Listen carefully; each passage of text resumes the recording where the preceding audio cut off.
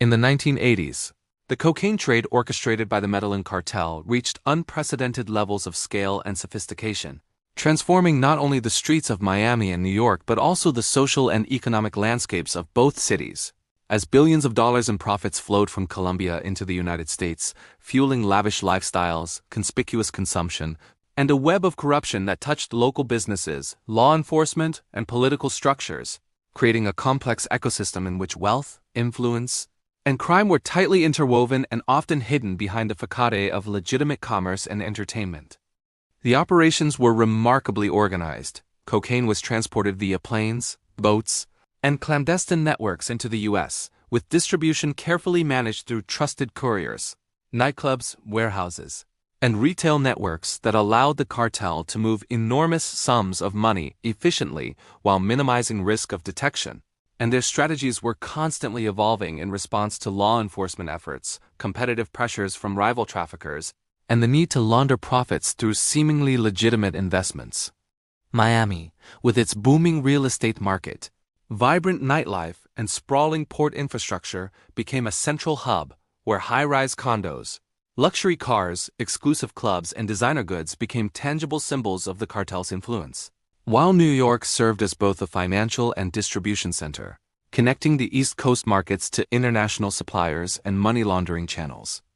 the social consequences of this trade were profound. Neighborhoods experienced increased drug availability, street-level violence, and the infiltration of criminal networks into local economies, while at the same time, certain institutions from banks to law enforcement units were challenged by the sheer scale of illicit cash flow, raising ethical, operational, and regulatory dilemmas that often required innovative investigative approaches. Corruption emerged not only as a byproduct of wealth, but as a deliberate tool, as the cartel sought to ensure protection, intelligence, and operational continuity by influencing or compromising individuals in positions of power, illustrating the dangerous interplay between crime, money, and influence, and highlighting how illicit enterprises can manipulate legal and social structures to maintain dominance.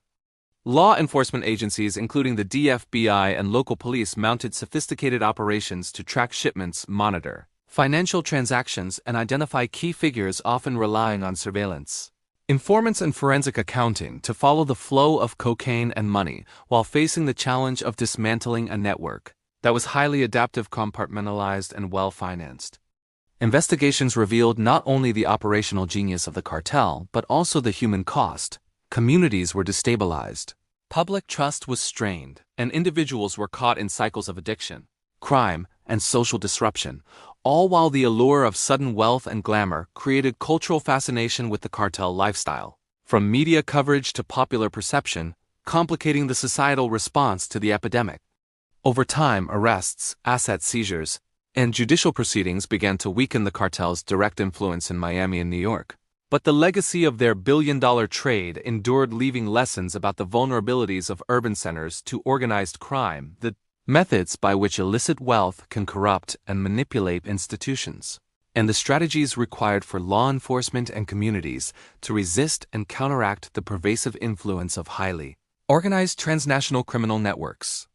Ultimately, the Medellín Cartel's cocaine empire in the 1980s exemplifies the extraordinary scale of illicit enterprise, the integration of crime and culture, and the far-reaching consequences of a trade fueled by profit, secrecy, and ambition, providing a dramatic case study in how wealth, power, and corruption intersect, and leaving an enduring imprint on the historical, social, and economic fabric of two of America's most prominent cities.